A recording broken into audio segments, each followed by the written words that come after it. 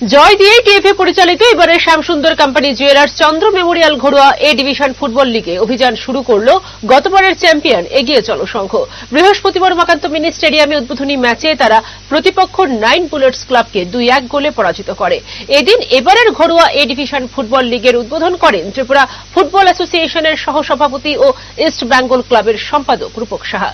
উপস্থিত ছিলেন টিএফএ সভাপতি প্রণব সরকার, টিএফএর পেট্রন রতন সাহা প্রমুখ। বলে কিক অফ করেন রাজ্যের প্রাক্তন ফুটবলার মানিক সূত্রধর। এই দিনের ম্যাচের প্রথমার্ধে 1-0 গোলে এগিয়েছিল এগিয়ে চলো সংঘ। দ্বিতীয়ার্ধে শুরুতেই সমতায় ফেরে 9 বুলেটস ক্লাব। দ্বিতীয়ার্ধে ম্যাচের 80 মিনিটে এগিয়ে চলো সংঘ জয়সূচক গোলটি পায়। সত্যম শর্মা ও আসিফ আলী মোল্লা এগিয়ে চলো সংঘের হয়ে গোল দুটি করেন। অন্যদিকে 9 বুলেটস ক্লাবের হয়ে একমাত্র গোলটি করেন তেলেঙ্গা।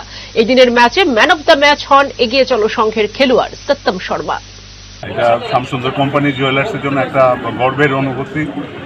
চন্দ্র মেমোরিয়াল ফুটবল লিগ ত্রিপুরা একটি ঐতিহ্যবাহী লিগ এবং ত্রিপুরা ফুটবল অ্যাসোসিয়েশন অত্যন্ত সুনামের সঙ্গে এই লিগটিকে এতদিন ধরে চালিয়ে এসেছে।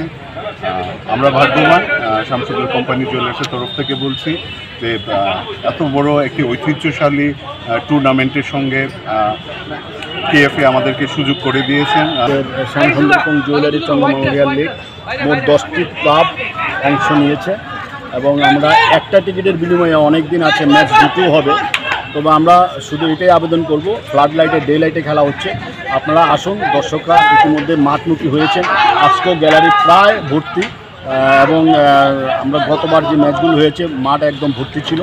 আমরা দর্শকদের কাছে আমি ত্রিপুরা ফুটবল অ্যাসোসিয়েশনের সভাপতি হিসাবে বিনীতভাবে আবেদন করছি আপনাদের কাছে, দর্শকদের কাছে আপনারা মাঠে আসুন।